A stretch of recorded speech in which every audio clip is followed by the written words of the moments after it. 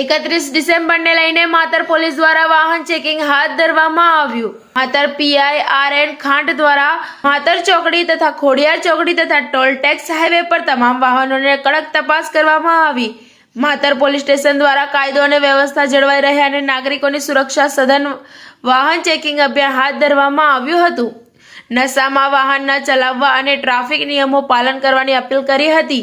આ કામગીરી અંતર્ગત માતર પોલીસ ટીમ દ્વારા આવતા જતા શંકાસ્પદ વાહનોની ઝીણવટભરી તપાસ શરૂ હતી। માતર પોલીસ સ્ટેશનના પીઆઈ ના માર્ગદર્શન હેઠળ પોલીસ જવાનો તથા ટ્રાફિક પોલીસની સંયુક્ત ટીમ આ ડ્રાઈવર કાર્યરત છે। દ્વિચક્રી વાહનોથી લઈને લક્ઝરી કાર સુધીના તમામ વાહનોનું ચેકિંગ કરવામાં આવ્યું હતું, જેથી અસામાજિક તત્વો કે ગેરકાયદેસર પ્રવૃત્તિઓ પર અંકુશ લગાવી શકાય। દારૂબંધીના કડક અમલ માટે પોલીસ દ્વારા આધુનિક બ્રેથ એનાલાઇઝર મશીનોનો વ્યાપક ઉપયોગ થઈ રહ્યો છે।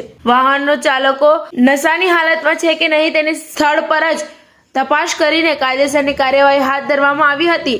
નાગરિકો પોલીસને સહકાર આપી સુરક્ષિત રીતે નવા વર્ષની આવકાર કરે અને કાયદાનું સન્માન કરે તે માટે સમગ્ર કામગીરી ચલાવી હતી। આ કામગીરીમાં અલગ અલગ જગ્યાએ માતર પોલીસ સ્ટેશનના પીઆઈ આર.એન. ખાંટ સાહેબ અને વીએ શેખ સાહેબ અને મીર સાહેબ અને માતર પોલીસ સ્ટેશનનો સ્ટાફ હાજર રહ્યો હતો।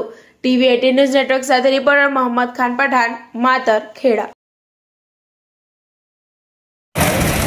મારું નામ આર.એન. ખાંટ, પોલીસ ઇન્સ્પેક્ટર, માતર પોલીસ સ્ટેશન। સાહેબ, આજે શું લેવા ખોડિયાર ચોકડી છે રધવાણા માત્ર શું પોલીસ રોડ ઉતરી છે, શું કારણ? આવનાર 31ના તહેવાર નિમિત્તે પોલીસ અધિક્ષક શ્રી ખેડા તેમજ નાયબ પોલીસ અધિક્ષક શ્રી નડિયાદ ડિવિઝન નાઓ તરફથી સૂચના આપવામાં આવી છે કે જે 31 નિમિત્તે કોઈ બી ડ્રિંક કરી અને વાહન ચલાવે અથવા બીજો કોઈ બનાવ ન બને તેના માટે ખાસ તકેદારી રાખવી। તેના માટે માતરના તમામ રોડ ઉપર, ચોકડીઓ ઉપર પોલીસ બંદોબસ્ત રાખવામાં આવેલ છે। વાહનોનું ચેકિંગ કરવામાં આવેલું છે, જેમાં કોઈ પીધેલો જણાય અથવા કોઈ અસામાજિક તત્વો હોય તેમના વિરુદ્ધ કાયદેસર કાર્યવાહી કરવામાં આવનાર છે।